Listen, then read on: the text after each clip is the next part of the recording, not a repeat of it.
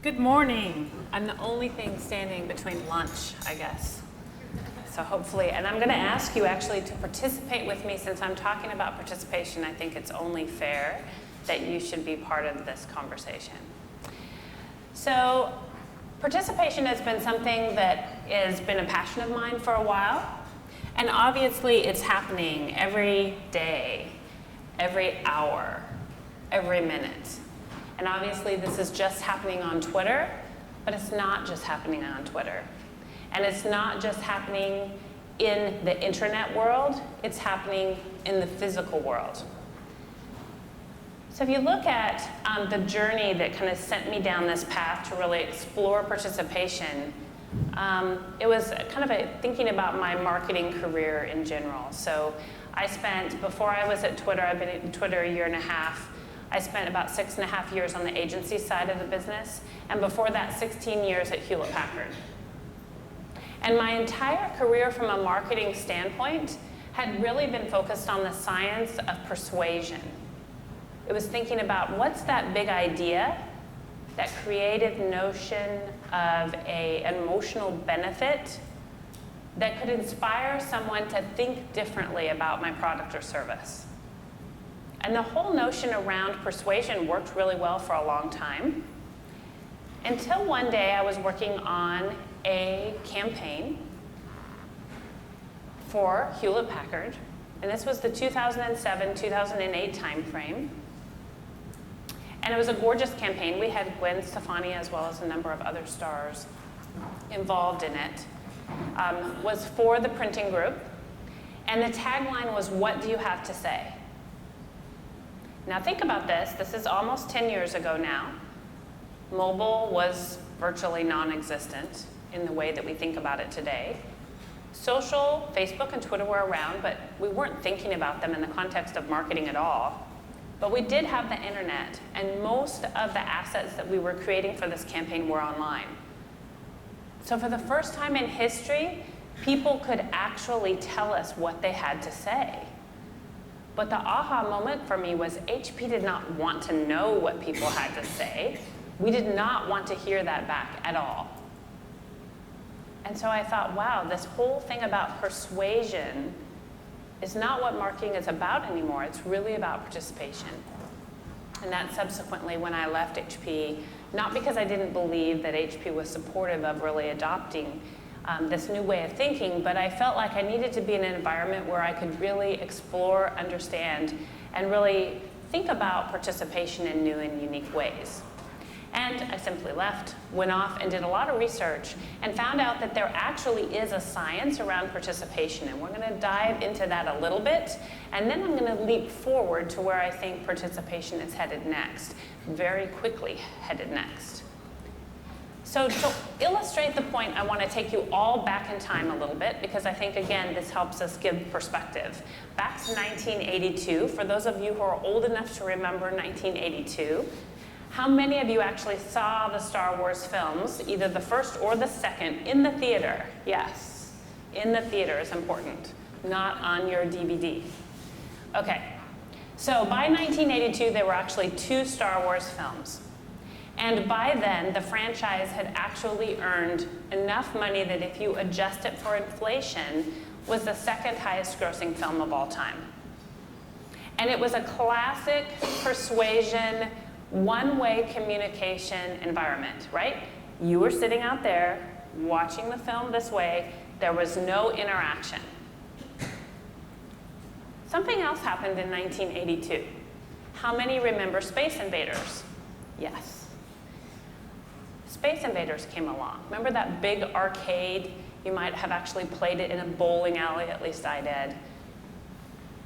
Space Invaders grossed 3 times the revenue of Star Wars at the same time. We'll talk about why that is. So Space Invaders is interesting because all gaming companies consider it the original secret sauce to participation. And what was it about Space Invaders? So the first thing was, over the course of playing the game over time, you learned more about it. You got smarter about playing the game. It allowed you to become more competent over time. The second thing was you were empowered to play in ways never before in gaming. So you could pick up a destructible barrier and protect yourself from the enemy. And lastly, you were able to connect with other players. Not like we think about it today, but what was it? You could save your score. So for the first time, what happens is you'd go back to the bowling alley, you would race back to the machine and see if someone beat you. You might or might not know who that other person was, but it allowed you to connect in ways with others from a gaming standpoint that had never happened before. Lastly, it had that tectonic heartbeat sound, right? So if the enemy got closer, your heart beat faster. Well, I'll remember that. So let's fast forward to today and talk about Minecraft, right? How many know Minecraft and have played Minecraft? It's kind of like blurry Legos.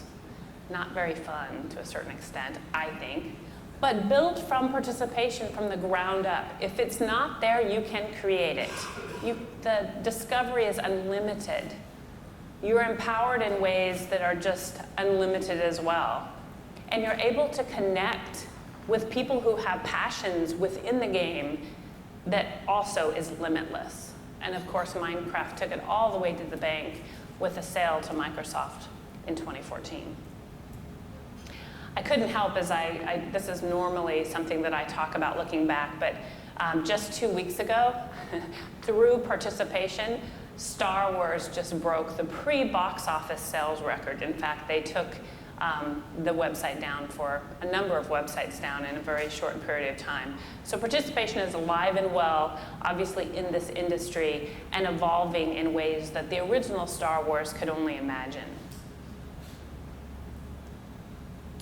So this science around participation I've already alluded to, but a book I wrote about 4 years ago, I actually created a formula for marketers. It's not a scientific or mathematical formula. If you actually try to put numbers to it and add it up, it doesn't work, so don't try to do that. It's just to help you remember it. So D, again, like I mentioned, is about the fact that we're human and we love to continually learn about things. And even more important than learning is the fact that we like to become competent. So D is discovery. It's about learning and competency. E is about empowerment, and that's about the fact that it just makes sense, right? If you want someone to participate, to take part in something, then you need to give them a meaningful role.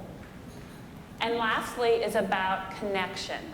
And again, we're humans. We like to connect with other individuals that share the same passions that we do. So D is really easy for brands for the most part. We'd like to talk about our product and service. We might not necessarily think about helping our customers become more competent about our product and service, but that one's relatively easy. E and C are much more difficult for brands. It's scary because you're actually ceding control. You're giving your customer a chance to take part with your brand in ways that are different from the old way of marketing. So this, in the construct, was disruptive to a certain extent because the old marketing had been done this way for 50 or 60 years and suddenly didn't work anymore, and we had to think about participation. And participation was also important related to performance. So I used to run the largest performance marketing company in the world, and we used this formula for direct response marketing. Why? Because actions are the manifestation of participation. And if we have more actions, then we will have better performance. It's also why I joined Twitter. So if you look at some of the words about discovery, empowerment, connection, the platform was also really built for participation. So here's participation happening in 2014, an event that many of you probably saw based on the statistics. And what was really interesting is not what happened on Twitter with this event, but what happened off of Twitter, off of platforms, in the physical world. It transcended the digital world. So we worked with Kantar to try to quantify the impact of this one tweet. And our data was easy, 3.4 million tweets on the platform. If you look at the Oscars impressions, it's pretty extraordinary in and of themselves. And then beyond that, 60% of the world's population saw this tweet. 60% of the world's population saw this tweet.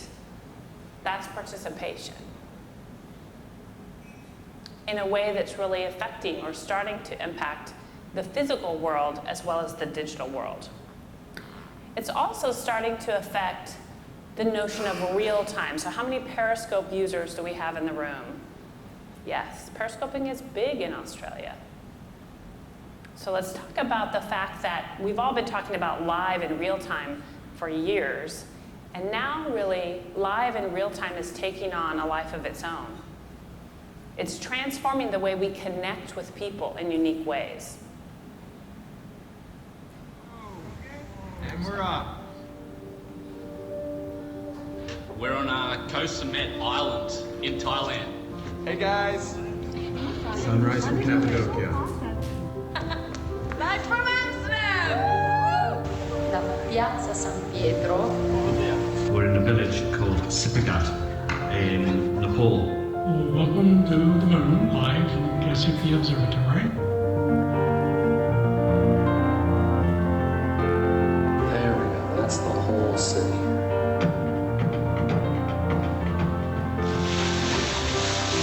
I can use this app in North Korea. Okay, so this is the real damage that was done here. And yet still people are getting on with life. Live from planet Earth. Hope you enjoyed it.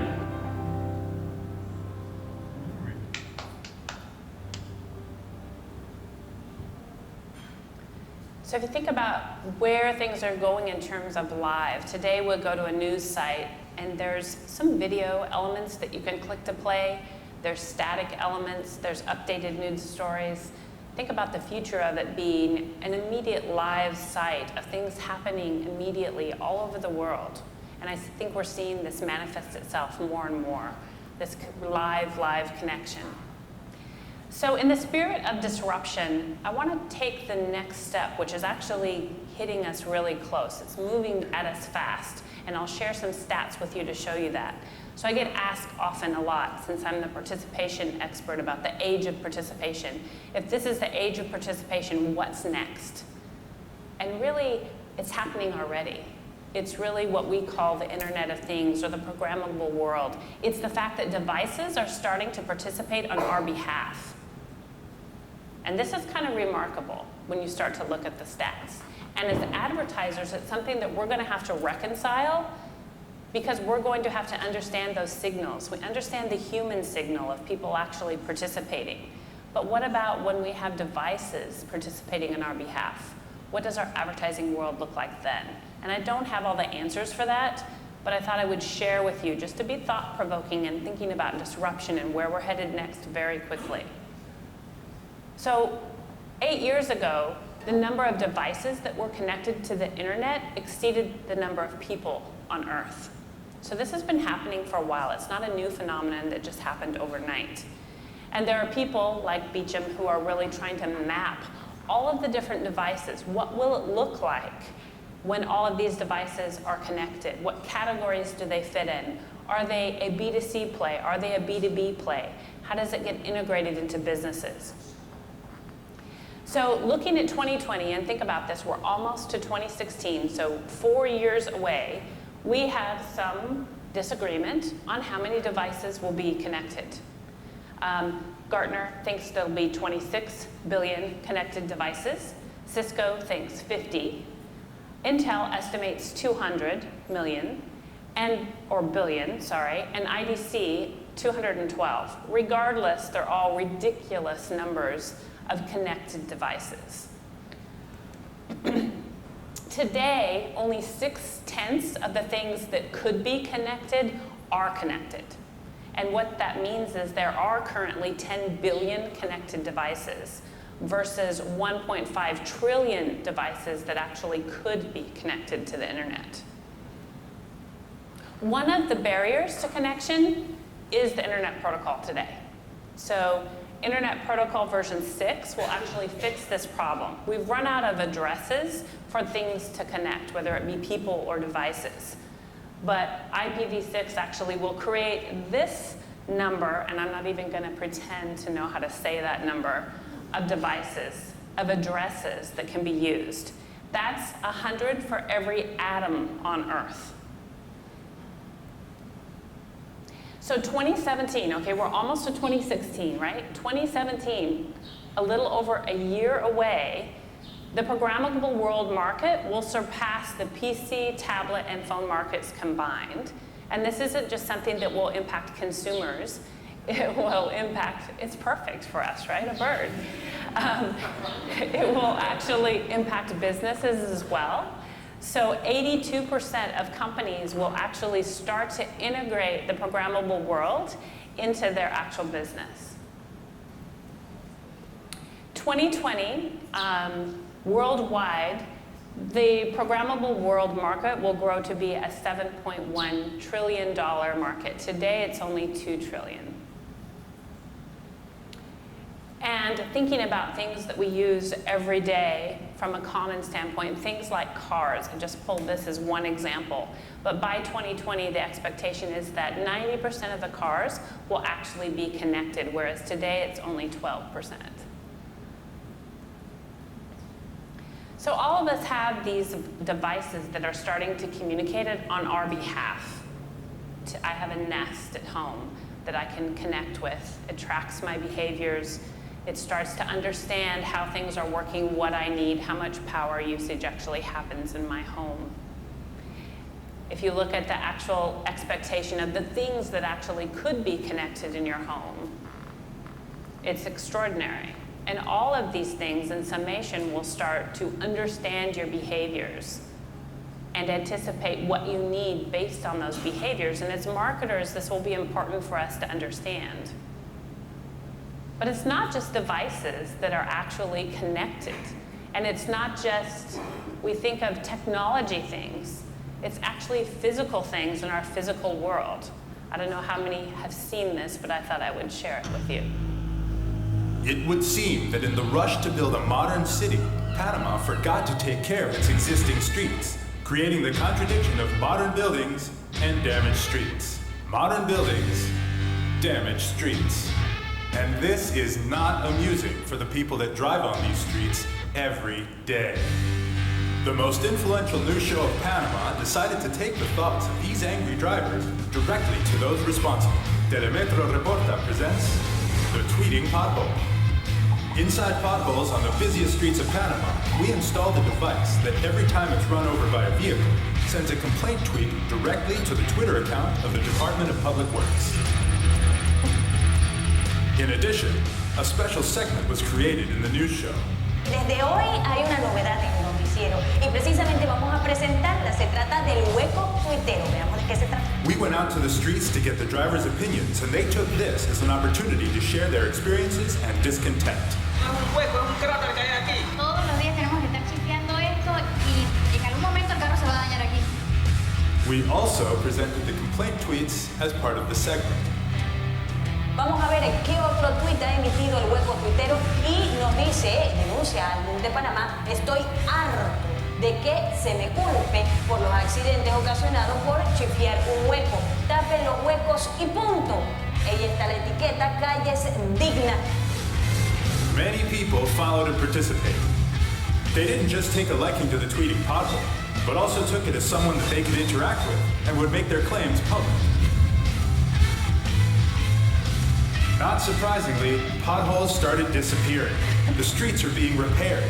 Our tweets started a solution that is currently being carried out. With this initiative, Telemetro Reporta pointed out the hassle drivers suffer every day directly to those responsible. So obviously, you maybe not have tweeting potholes, but you have tweeting sharks. So are they tweeting on your behalf? Well, sort of, maybe. They're for your benefit, right? So another great example, local example of the internet of the programmable world and the impact of the programmable world. So to close, I want to leave you with just this disruption thought. So for 60 years or so, we as marketers focused on persuasion. It worked. It was convincing people to think about things differently. Then suddenly, with the internet, with social, with mobile, Participation was really the language that we needed to focus on. It was about how do we get people to actually participate with us. Moving forward, I want you to think about the disruption of prediction. In a world where all of these devices start communicating on our behalf, how do we extrapolate what people need based on what they've already done and what they're doing every day? How do we move to the age of prediction? Thank you.